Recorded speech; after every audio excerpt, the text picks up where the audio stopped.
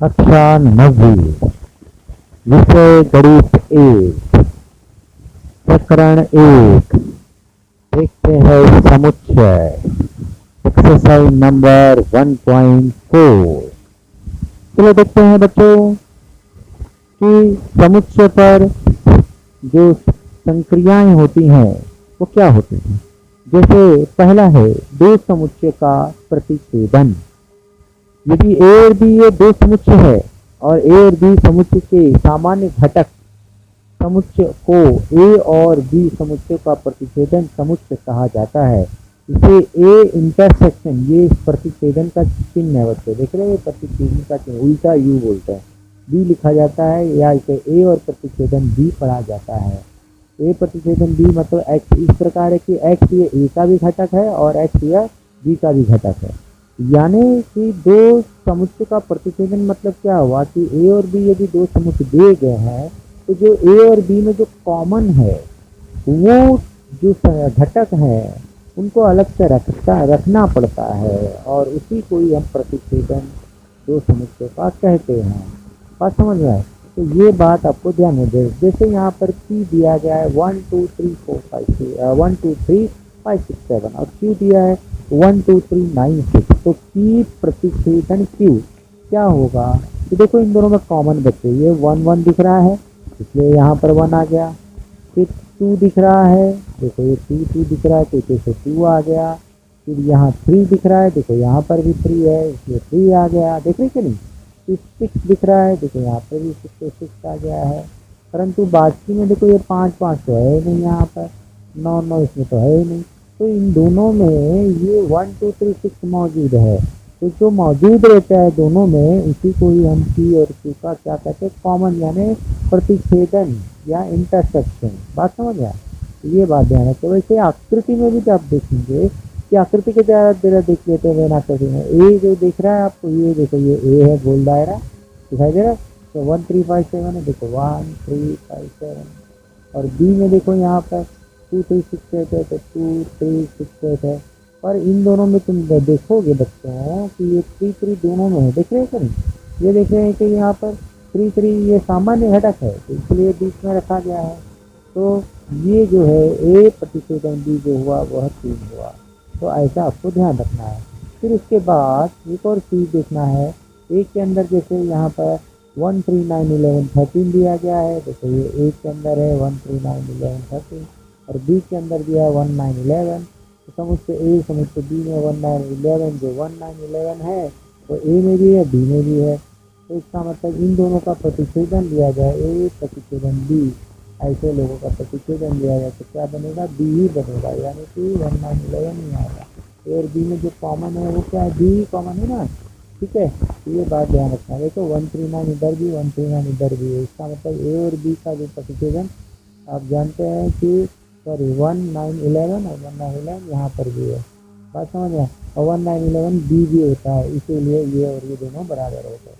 इसी तरह यहाँ पर एक और जो है बी या ए का उप समुच्चय है तो इसे ध्यान में रखें। यदि बी ए का समुच्चय है तो ए प्रतिच्छेदन बी बराबर बी, या इसी प्रकार बी प्रतिच्छेदन बराबर बी। हाँ, तो बी जो होगा ए का एक तरह से उप समुच्चय होगा, ये बात ध्यान रखना है। तो इसके बाद विसंगति समुच्चय के बारे में देखो, ये ए है, इसमें 1 3 5 9 दिया है। और एक और बात है ये जो सी है जो दिया है वो बी उप समुच्चय दिया गया है। देखो यहाँ पर ये दो दिया गया, तो ए और बी में एक भी सामान्य घटक नहीं। इन दोनों में देखो कोई चीज़ कॉमन दिख रही है क्या? नहीं दिख रही है। तो ऐसे इसका मतलब क्या हुआ कि ये दोनों जो समुच्चय है वो कैसे विभक्त समुच्चय या विसंगत समुच्चय हैं। और ये आकृति द्वारा स्पष्ट हो गया है कि कभी भी दो समुच्चय लें और उसकी वेनाकृति बनाएं तो उन दोनों में कोई कॉमन नहीं होता है, सामान्य नहीं होते, अलग अलग होते हैं। तो ऐसे समुच्चय को विसंगत समुच्चय कहते हैं। फिर उसके बाद हम एक और चीज़ देखेंगे कि यहाँ पर एक और है कि बताओ कि ए बी सी जो यहाँ पर आपको दिख रहा है समुच्चय ए बी सी या वेनाकृति, इनमें से दो विसंगत कौन से हैं? तो देखो ए और बी में तो कॉमन 3 6 दिख रहा है, बी और सी में देखा जाए तो कॉमन 10 11 12 दिख रहा है। पर क्या ए और सी सी जो दिख रहे हो ये अलग अलग है, इन दोनों में कुछ कॉमन दिख रहा है नहीं ना। तो ये ए और सी जो है वह एक तरह से क्या हो गए, वह एक तरह से विसंगत समुच्चय है। ठीक है, डिसजॉइंट सेट्स बोलते हैं तो दो समुच्चयों का, हाँ दो समुच्चयों का संघ, दो समुच्चयों का संघ। यदि ए और बी दो समुच्चय है, देखो यहाँ पर ए और बी दो समुच्चय है, तो दोनों समुच्चय के घटक को मिलाकर बनने वाले समुच्चय ए और बी को हम लम समुच्चय कहते हैं, सॉरी संघ समुच्चय कहते हैं। ए और बी जो है देखो ये यू मतलब यूनियन हुआ, समझा, तो इसको हम पढ़ते हैं ए संघ बी। ठीक है, तो ए संघ बी एक्स इस प्रकार है कि एक्स ए का घटक है अथवा यह एक्स बी का घटक हो सकता है। तो ए के अंदर 1 3 -5 0, ये देखो ए के गोल दायरे में, बी के गोल दायरे में ये 0 3 5। तो ये जो चीज़ है ये पूरा जो आइडिया मतलब जो आकृति दिख रही है वो संघ की है। 1 3 5 -0, देखो ये पूरा उठा के जितने नंबर है 0 3 5 और बी के सबको उठा करके एक साथ में इसमें डाल दें। देख रहे हो -1 3 -5 0, देखो -1 3 -5 0, तो ये 0 3 5, देखो ये 0 3 5, पर ये याद रखो 0 0 डबल बार है तो एक ही बार लिखना है, तो ये बात ध्यान में रखनी है। ठीक है, दो समुच्चयों का संघ समुच्चय। और एक और है यहाँ पर, जैसे पी के अंदर दिया है 1 2 3 5 6 7, क्यू के अंदर ये दिया गया है। ठीक है, तो इसका जो संघ होगा क्या होगा, यही उठाकर 1 2 3 5 6 7 ये पूरा उठाकर एक साथ में डाल देना, 1 2 3 4 5 6 7 8। पर एक बात ध्यान रखें, जो डबल डबल नंबर है वो डबल नंबर की जगह एक ही नंबर डालना है। जैसे 1 2 3 5 इधर भी है, 1 2 3 5 एक है इधर भी, तो 1 2 3 5 इधर लिख देना है, फिर बच्चे के जो नंबर है इसमें से उठा के डाल देना है। तो यही हो गया पी संघ क्यू। इस तरह से पी संघ क्यू निकाला जाता है कि पी और क्यू दोनों की जो नंबर है उसमें डाल दिया जाता है, पर जो डबल बार आता है उसे एक ही बार लिखना पड़ता है।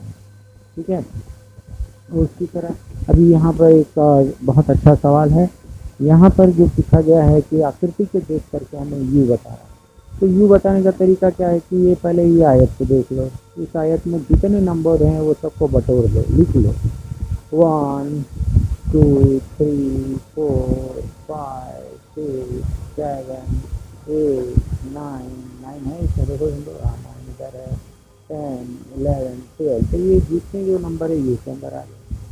फिर पूछा है ए के अंदर, ये ए का गोल दायरा दिख रहा है बच्चों यहाँ पर, ये ए के अंदर कौन से नंबर है 6 2 8 4 10, उसमें ये बराबर 2 4 6 8 7, ये जो भी नंबर है ना इन सभी नंबरों को कोई भी ऑर्डर में हम लिख सकते हैं, 6 2 8 4 10 ऐसा भी लिख सकते हैं, या तो 2 4 6 8 10 भी लिख सकते हैं।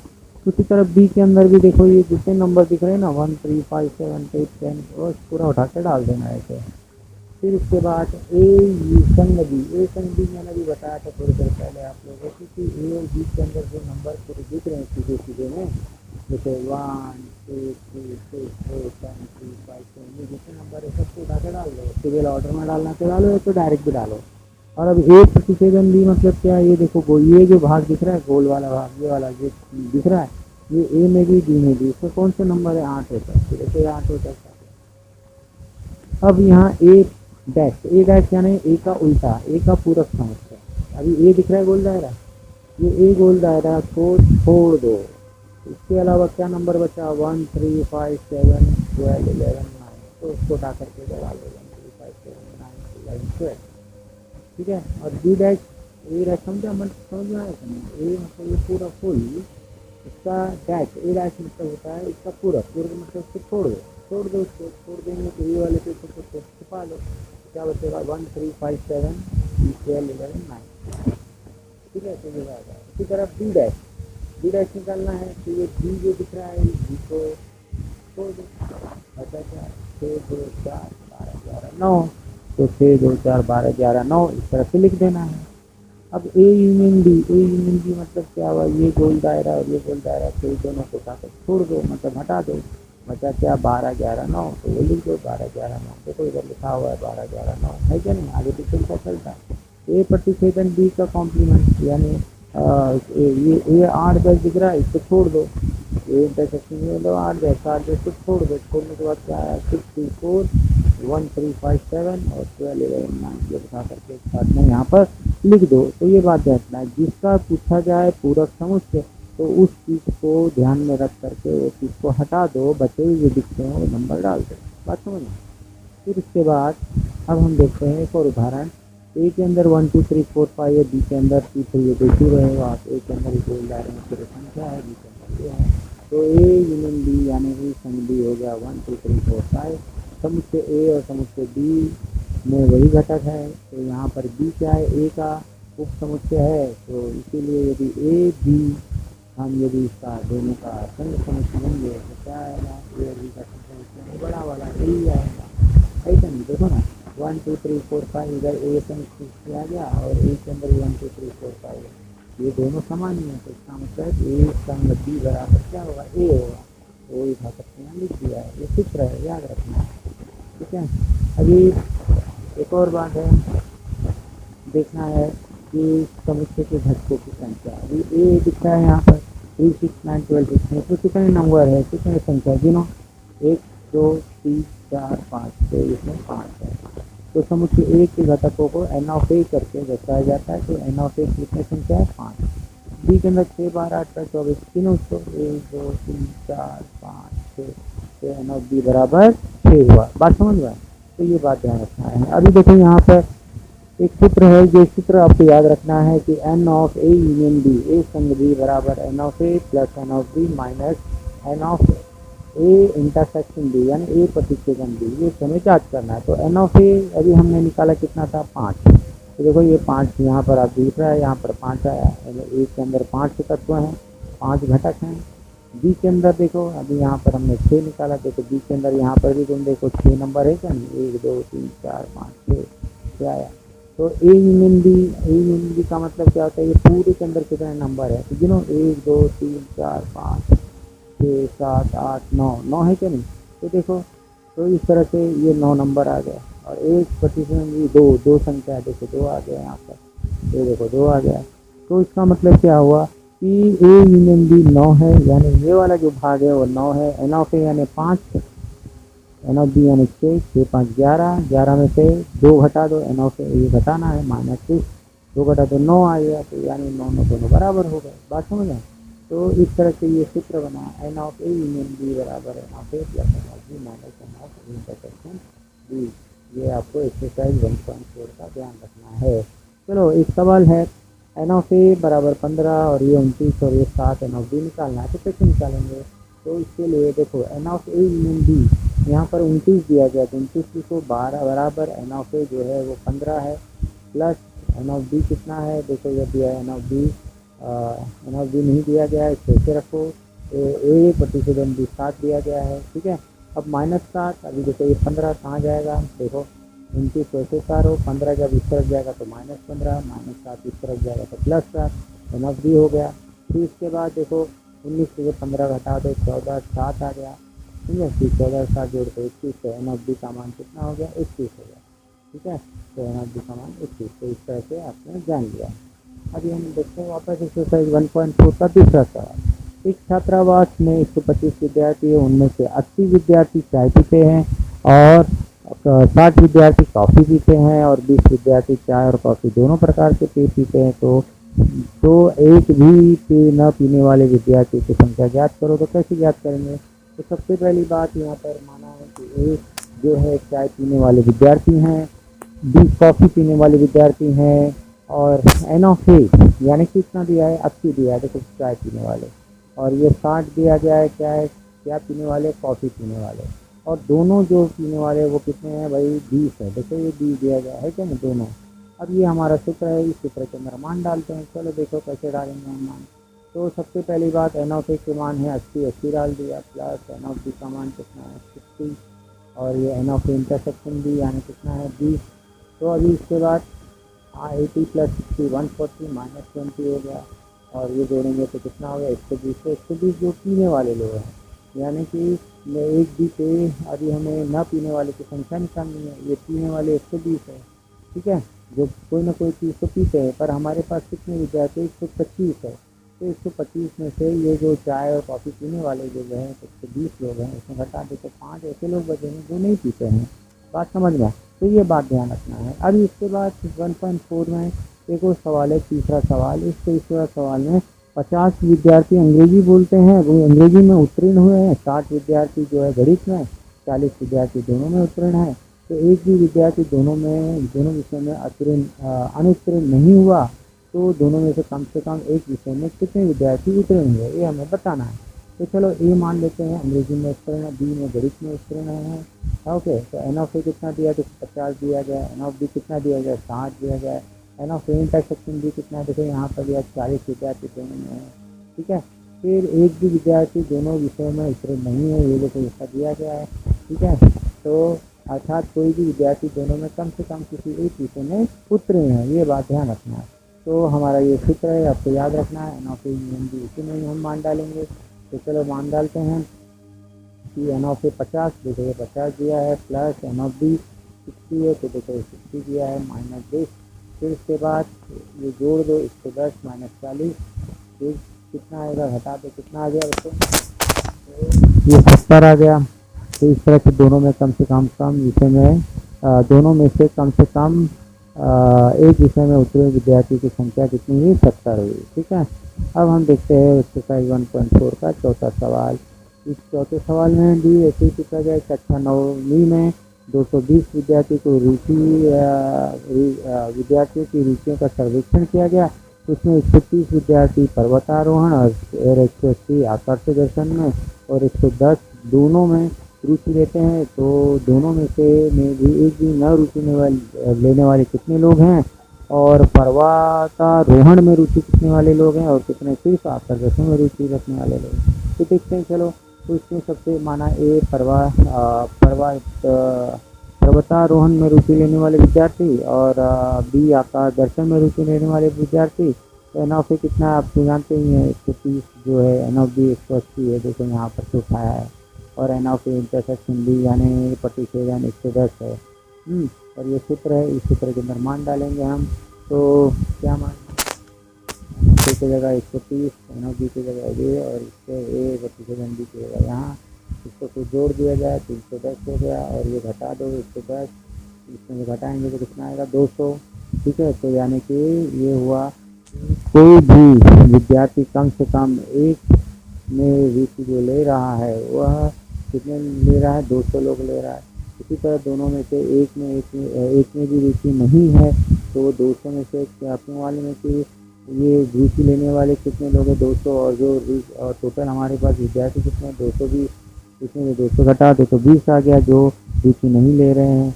फिर सिर्फ पर्वतारोहण में रुचि लेने वाले अपने को मालूम है कि भाई कितने हैं यहाँ पर पर्वतारोहण। देखो ये यहाँ पर दिया गया 130 जो है पर्वतारोहण में है, और 110 जो हमने जो निकाला है यहाँ पर, देखो 110 जो दोनों में रहते हैं। तो इसमें से 130 में से 110 घटा तो कितना आएगा, 20 आ जाएगा। इसी तरह आकाश दर्शन में भी आकाश दर्शन वाले 180 हैं, और उसमें से भी 110 घटा देंगे, क्योंकि ये प्रतिच्छेदन समुच्चय से इसको घटाना पड़ रहा है, तो कितना आएगा, 70 आ जाएगा। तो ये ध्यान रखना है। ठीक है, फिर 1.4 का एक और सवाल हम देखते हैं, 5वां सवाल। अभी ये 5वें सवाल में आकृति से देख करके हमें इसका उत्तर लिखना है। तो चलो देखते हैं हम। तो यहाँ पर सबसे पहले एक गोल दायरे के अंदर कौन सा है, X Y Z M N J. देखो ये ए के अंदर जो दिखता है वो पहले लिख देंगे। इसी तरह बी के अंदर क्या दिख रहा है, बी के अंदर उठाकर जो दिख रहा है वो लिखो, देखो P Q R M N वो लिख देंगे। तो इसी तरह ए संग बी मतलब ए और बी पूरा मिला करके कितना है, P Q R X Y Z M N. देखो जो दिया ना, P Q R X Y Z M N. फिर उसके बाद हमें यू जो पूछा गया, यू बोला कि आयत में जितने अल्फ़ाबेट हैं, हाँ ए और बी छोड़ देना, इसका नाम है वो। तो X Y Z M N P Q R X Y S T, ये पूरा जो नंबर है इसमें डाल देना है। देखो ये आ गया है क्या ना। फिर उसके बाद ए डैश निकालना है। ए डैश यानी कि यू में से ए को घटाना है, यानी ए का पूरक समुच्चय। अभी यू ये पूरी चीज़ जो है वो इधर आ गई माइनस, और ए मतलब क्या हुआ, X Y Z M N इधर आ गई। अब इन दोनों में कॉमन क्या है, देखो ये X Y Z M N इधर भी है, X Y Z M N इधर भी है, ये सेम इसमें से घट जाएगा। तो क्या बचेगा, P Q R S T. तो इस तरह से P Q R S T A dash हुआ। उसी तरह हमें बी डैश निकालना है, तो यू माइनस बी, तो यू का मान ये है और बी का मान देखो इधर हमने निकाला है P Q R M N करके। अब ये P Q R M N इसमें से काट दो, तो बचा क्या, X Y Z S T बचा, तो ये आपका बी डैश हो गया। बात समझ में। अब इसके बाद ए यूनियन बी डैश बोला, तो U minus A B, U मतलब ये नंबर आ गया, और माइनस टी के बाद देखो ए यूनियन बी हमने यहाँ निकाला है, टी के बाद X Y Z M N, तो जो सेम है वो काट दो, तो बचेगा क्या, वो हमें लिखना है, तो एच टी बच जाएगा, तो वो हमने एच टी लिख दिया, तो ऐसा तो हम निकालेंगे। बस समझ में। अब इसके लिए प्रत्येक प्रश्न इसके कुछ सवाल देखते हैं। यहाँ पर हमें यू निकालना है, तो यू कैसे निकालेंगे, तो यू सबसे पहले देखो ये आयत के अंदर जितने नंबर है 2 3 1 5 10 11 7 5 9 13, ये सब उठा करके बटोर करके, ये सब बटोर करके यू में डाल देना है। ठीक है, देखो अभी यहाँ पर पूछा है ए के अंदर, ए मतलब ये गोल दायरा, ए में क्या है 1 2 3 7 5, तो ये आ गया।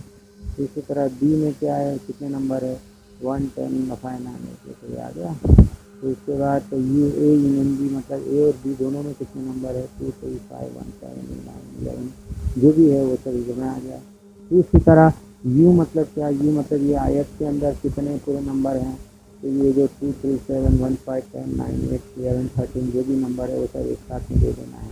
बात समझ में, तो ये बात ध्यान रखना है। ए इंटरसेक्शन बी मतलब ए और बी में सामान्य क्या है 1 5 से 1 5 तक, तो इस तरह से जानना है। तो इस प्रश्न का चलो 11वां सवाल देखते हैं। इस सवाल में पहले इस सूत्र याद रखेंगे।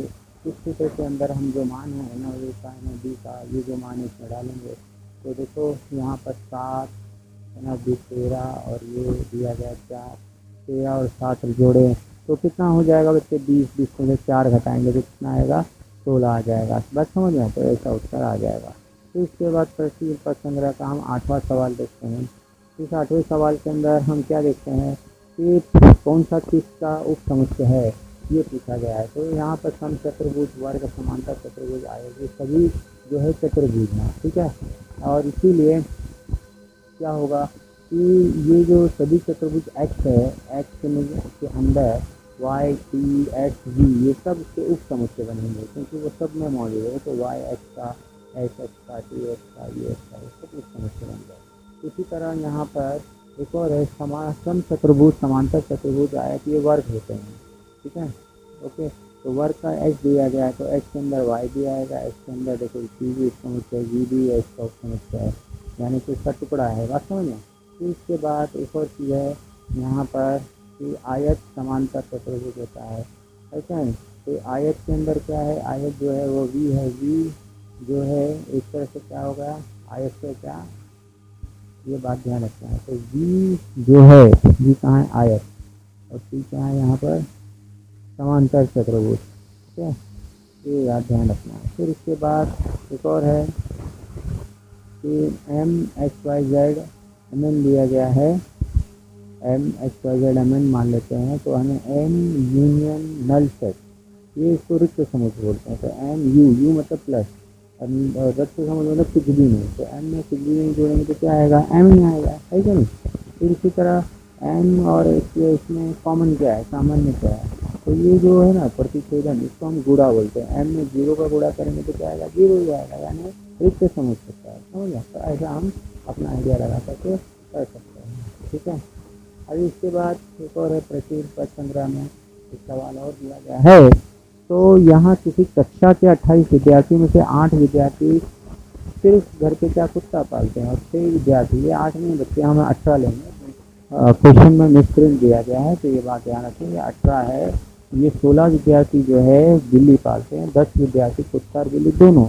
तो कितने विद्यार्थी घर, कुत्ता अथवा बिल्ली में से किसी एक प्राणी को नहीं पालते। यहाँ पर देखते हैं, चलो देखेंगे कि क्या है। ए मतलब होता है कुत्ता पालने वाले विद्यार्थी, बी मतलब होता है यहाँ पर कौन सा है, बी मतलब होता है बिल्ली पालने वाले विद्यार्थी। फिर इसी तरह एन ऑफ ए कितना 18, एन ऑफ बी 16 है, और ये दिया दोनों 10। देखो इस फॉर्मूला में दिया ये 18 है, 8 लिख रहता है गलती से मिसप्रिंट है। अब इस सूत्र के अंदर हम मान डालेंगे, तो एन ऑफ ए 18, ये 16 और ये 10 डाल देते हैं, तो 34, 34 में से 10 गया तो कितना बचा 24। तो इस तरह से कुत्ता बिल्ली दोनों में से कोई भी पालने वाले विद्यार्थियों की संख्या कितनी, 24 हुई। और कुत्ता बिल्ली न पालने वाले विद्यार्थियों की संख्या कितनी होगी, पूरे हमारे पास 28 फैमिली है, इसमें 24 घटा दें, 28 विद्यार्थी हैं तो 24 घटा दें तो कितना आएगा 4। अच्छा है। तो अभी चलो एक और सवाल प्रचुर पद संग्रह के देखते हैं। ये जो नंबर दिया गया है हमें ए इंटरसेक्शन बी निकालना है, तो ये अलग सूत्र याद रखें। इस सूत्र के अंदर हम सबसे पहली बात मान डालेंगे, इसका मान 36, ए 20 आ गया, MB का मान 28 और ये वैसे रखेंगे। फिर उसके बाद इससे जोड़ देंगे, देखो 36 वैसे आ गया बराबर 20 और 28 को जोड़ेंगे तो 48 आ गया और ये जो चीज़ है वैसे आ गई। फिर 48 के बाद में ये n ऑफ ए 37 बी को इस तरफ लेके आएंगे तो ये इस तरफ आ गया और ये 36 इस तरफ जाएगा तो माइनस हो जाएगा। 28 में 36 गया तो कितना बचता है आपको मालूम में 12 बचता है। तो इस तरह से इसका मान मिल गया। बात समझ गया। ये 25% का एक और सवाल देखते हैं। पार्थ ने वृक्ष संवर्धन सप्ताह में 70 वृक्षों का वृक्षारोपण किया, जिसमें प्रज्ञा ने 90 और दोनों मिलाकर के 25 वृक्षों का रोपण किया गया। तो पार्थ अथवा प्रज्ञा ने कुल कितने वृक्ष लगाए? तो अभी मान लेते हैं एक पार्थ के द्वारा वृक्षारोपण और बी प्रज्ञा के द्वारा वृक्षारोपण। तो एन ऑफ ए कितना दिया है यहाँ पर देखो 70 दिया गया है, एन ऑफ बी 90 दिया गया है ना, और दोनों मिलाकर 25 है ये दिया गया है। ए 25 बी की संख्या दी गई है। चित्र तो आप जानते ही हैं, इस चित्र के अंदर हम मान डालेंगे तो एन ऑफ ए 70 बी यानी 90 और ये 25 दिया गया है। 70 90 को जोड़ दो कितना हो गया 160 माइनस 25 तो घटा देंगे तो कितना हो गया 135। इस तरह से पार्थ अथवा प्रज्ञा द्वारा वृक्षारोपण 135 हुआ। ठीक है। फिर 25% का एक और सवाल है। 100 सदस्यों में से 12 सदस्य अंग्रेजी भाषा और 43 फ्रेंच भाषा, 100 दोनों भाषा बोलने वाले हैं।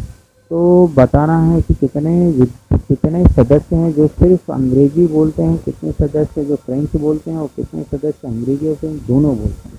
तो चलो मान लेते हैं कि ए अंग्रेजी वाले बोलने वाले सदस्य, बी फ्रेंच बोलने वाले सदस्य हैं। तो एन ऑफ ए कितना 72, देखो 72 दिया है, एन ऑफ बी 43 दिया है और कम से कम जो 100 लोग जो है दोनों भाषा बोलते हैं 100 लोग हैं। फिर ये चित्र है, इस चित्र के अंदर मान डाल देते हैं। तो देखो अभी हमने डाल दिया, ये 100 इधर आ गया, ये 72 और इसका मान 73 और ये माइनस इंटरसेक्शन भी ऐसी चीज़ रखेंगे। फिर इसके बाद 100 और ये से जोड़ देंगे तो 115 और ये आ गया इसी तरह। फिर इसके बाद एन ऑफ इंटरसेक्शन 27 भी को इस तरफ लाओ, 100 को इस तरफ लेके आ जाओ, माइनस हो जाएगा और 115 में से 100 घटाएंगे तो कितना आ जाएगा 15 आ जाएगा। तो इस तरह से अंग्रेजी और फ्रेंच दोनों बोलने वाले विद्यार्थी सदस्य कितने हुए 15 हुए। तो इसी तरह सिर्फ अंग्रेजी बोलने वाले निकाले जाए तो कितना होगा 72 में से ये 15 घटा देंगे। 72 कितना है अंग्रेजी बोलने वाले हैं, पर सिर्फ अंग्रेजी बोलने वाले जो दूसरा फ्रेंच न बोलते हैं तो वो 15 जो है इसमें से घटा देंगे। इसी तरह फ्रेंच बोलने वाले 43 इसमें 15 घटाएंगे तो 28 आ जाएगा। तो यहाँ पर कितना बात समझ में। तो इस तरह